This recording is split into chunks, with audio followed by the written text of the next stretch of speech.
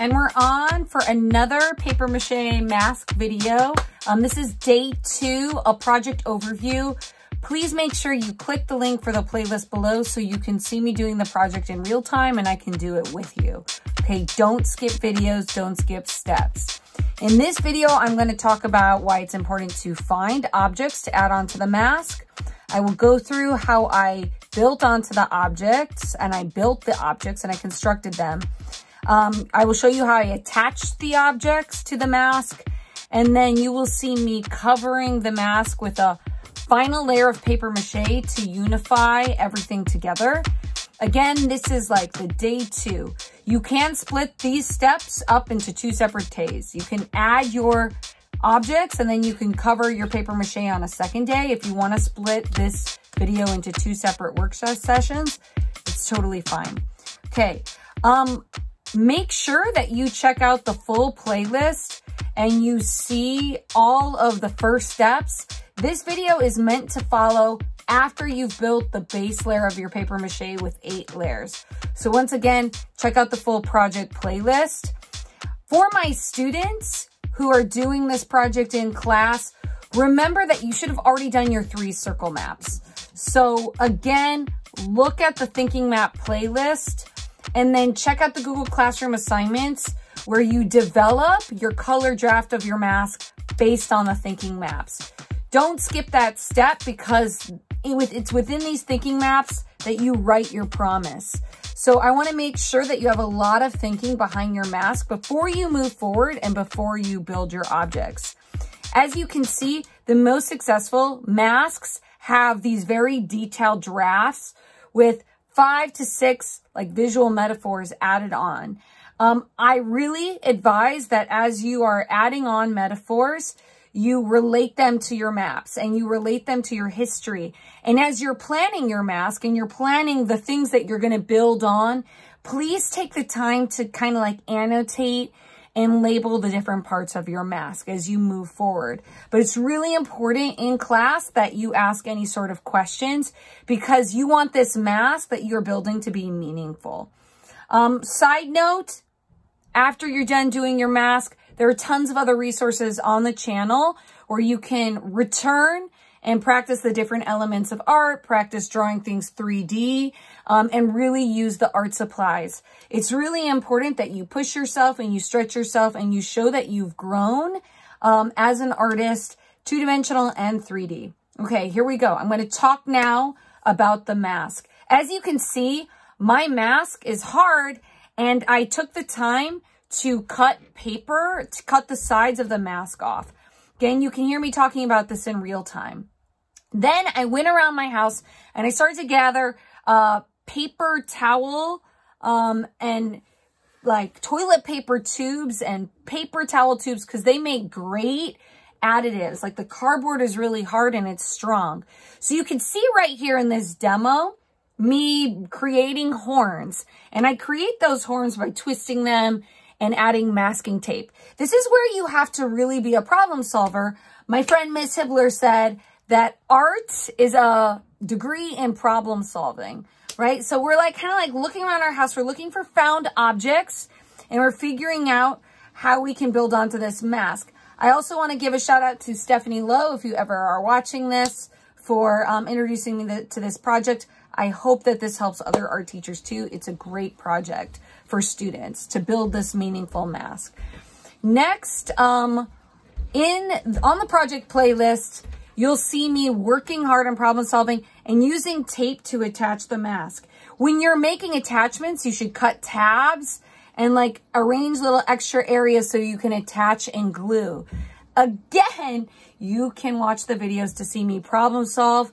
Here I'm building eyebrows, right? And I'm adding all sorts of different details because ultimately you want your mask to be different. You want to plan your mask to represent the change that you want to make in yourself, to represent a promise of how you're going to be different, how you're going to take off your mask, how are you going to leave the cave of ignorance. And by planning that, maybe you're planning to speak up and share your voice. So here you see me kind of like figuring out, I'm using a can to add on objects and I'm trying the glue this new tacky glue that's awesome. I'm trying to use that to see if I can use that to attach objects. Once again, in the videos, I go over how to open things. Make sure you're always closing glue and you're always rinsing paintbrushes with dish soap gently. I really recommend, as you're attaching in this phase, to take a lot of the masking tape that you got during supply distribution and to tear that and do that in the side. You can use one of the cheaper brushes. They have the blue ends. They come with the paints to kind of paint glue on. I recommend using glue and the masking tape as adhesive. So you can see me problem solving and attaching different horns. The more layers, the better. You don't want, as you're adding objects onto your mask, you don't want objects to all of a sudden pop off, right? In the middle of the mask, in the middle of adding onto your mask. So we're continuing to glue, we're continuing to add on, we're continuing to create attachments. And you can see there the tabs of my second horn. First I used glue and then I went around and I taped. So like, make sure you like pause your video and you're kind of like taking notes. Like how do you attach objects? What are some things you should do? How should you clean brushes? Should you leave glue sitting on your brushes?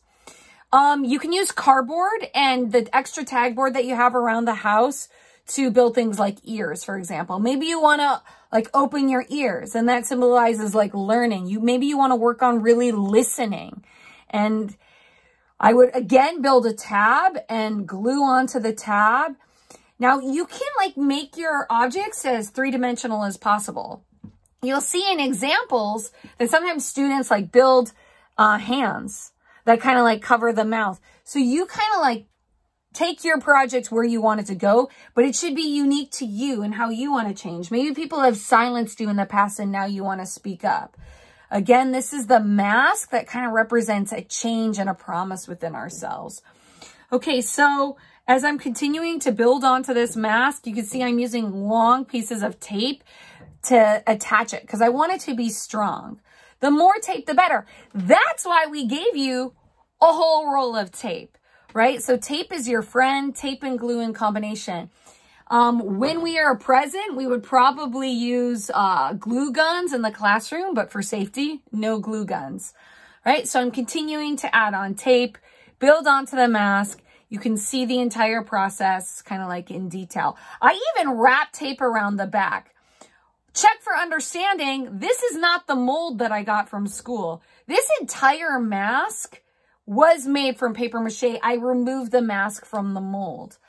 Okay, moving on, like we're using glue and I'm kind of experimenting. Once again, I'm problem solving. I'm using glue and tape to attach an aluminum can for my mouth because I want to show how important it is to share my voice and speak up. Again, your mask doesn't need to look like mine. Your own mask is your own journey. Your mask is your own promise. But see, I'm taking like giant pieces of tape and I'm really wrapping that tape around the mask. Okay, now I'm going ahead and I'm, experimenting, thinking, because maybe I can use the glue to create tears. That didn't end up working out, FYI. But sometimes when we're in person, we use the glue gun to create tears. So you can like look around the house, like what can I add to my mask to create extensions, texture? Okay, review. When you're making paper mache, like we did in the first session when we built the base layer, you're going to go ahead, you're going to take 1 cup of white flour, no glue. You don't need the glue. And 2 cups of paper mache. Save the glue for later when you're adding more stuff onto your mask, okay?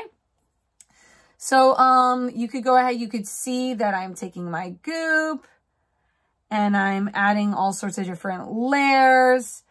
I'm soaking these strips into the goop and make sure that you take the time to scissor it. I'm seeing very interesting stuff in my class seesaw. Some students aren't pressing down all around on the edges of objects, right? You want to maintain the shape of everything that you're building out. The mouth, the lips, the nose, the horns. You want to make sure that you're wrapping and making things really, really solid. So continue to add layers. Now this is complicated because you want to make sure everything's unified, everything's covered, it looks interesting, and it still looks like a face. So once again, like, you may want to look at your schedule and plan a separate hour where you add the paper mache on top. But I want to do this as one video so you could kind of see like how I build onto the objects and then how I cover the objects with paper mache. But again, you could divide this into 2 separate work sessions. I did it in one. It really depends on your time management and how you're planning your art construction life. So you even want to go ahead and you want to add paper mache into the back. Now I want to point something out right here. As I was adding the paper mache onto the back, it's like very, very interesting. I had too many pools of paper mache, and then my mask ended up, after it dried, growing mold. Not like the mold of the mask, like green mossy mold. So as you're building, make sure you're kind of like drawing the mask as you go. Slowly press into all of the layers. Now, pay attention. Remember how prior knowledge, when we were building the base of the layer, we were going every other. Vertical layer, horizontal. You can see I'm going ahead and I'm doing that. I'll add vertical layers of paper mache. I'll add horizontal layers, and I'm covering all around the mask. I'm covering all sorts of little pieces. Hopefully, you didn't run out of strips of paper, right? That's why on the first day, we said, cut a ton of strips of paper, because there are 2 separate paper mache sessions. There's a session, once again, where you build the base and it looks more like a bowl with a nose, but now we're making it complicated after the thinking maps and the metaphor brainstorms. Now we're adding on and we're kind of like making it deeper. Okay, but again, don't skip steps. So here you go. I'm adding on to the eyebrows. And I just want to say, like, the more complex your mask is, the cooler it is. But sometimes, like, see how I'm struggling with the ear flaps right here. Like, you really want strong objects. You want strong, solid objects that aren't going to be kind of like weak and flop. So find some of the hardest cardboard you can find. I've seen students use pencils. I've seen students use sticks, right? So there's all sorts of like objects you can look around the house. Again, stay safe to kind of create kind of texture in your mask. Experiment. Take pictures of your process. Document your struggles, because art is about moving through struggles and overcoming those obstacles. So you can see like my flappy ear right there. It's kind of like going down. So I actually take tape and I'm trying to like hold the ear back, right? So it's not like flopping forward. Okay, adding in more paper mache here and there. Okay, smoothing things out. Every once in a while, you're going to want to smooth things out. Make sure the base layer is unified. Now, I'm losing some of the structure of the nose by adding so many layers. I mean, that's okay. Like, you're not going to get points off for losing structure, but you do want it to, like, have the appearance of a face. And you do want the paper mache to be very smooth, right? So, like, we shouldn't see the strips of paper popping up. So make sure you're really smoothing everything down, adding so many vertical and horizontal layers that it appears to be one mask. Once again, this is the second layer of paper mache we've built on objects. So my students, you know, you should be taking notes right now, and you should be writing down on your pad, making sure you understand the process as we move forward. Once again, a quick reminder, make sure you're planning your mask. Make sure the metaphors that you're adding on leads to some kind of change you want to see in yourself. Please check out all of the videos on the channel. Look at the mask playlist, search for mask, and start to think about like past projects and ideas you can get, right? Because this is something you're going to want to be proud about. This is your final art project. Okay, adding in additional layers, wrapping the layers. I'm trying to unify the front with the back. And then I'm smoothing everything over, and we're getting to the end of the video, folks, right? So you're just going to kind of like make sure you have last minute things. Notice I'm doing a lot of massaging. I'm using the last minute goop, and then you take it and you find a place for it to dry. You set it out. You put it far away in the sun, And don't forget to clean. Okay, please clean dishes. Please clean up the space. I didn't do a video of me cleaning. Please wash the brushes with soap. Put tops on the glue. Take care of your supplies. I'm going to want those supplies back. Please, if you are just randomly following this channel, please hit subscribe. Support the channel, support art, and then check me out on Donors Choose as well, so you can support our classroom. Thanks, everyone. I can't wait. Stay tuned for more updates on the math project. Bye now.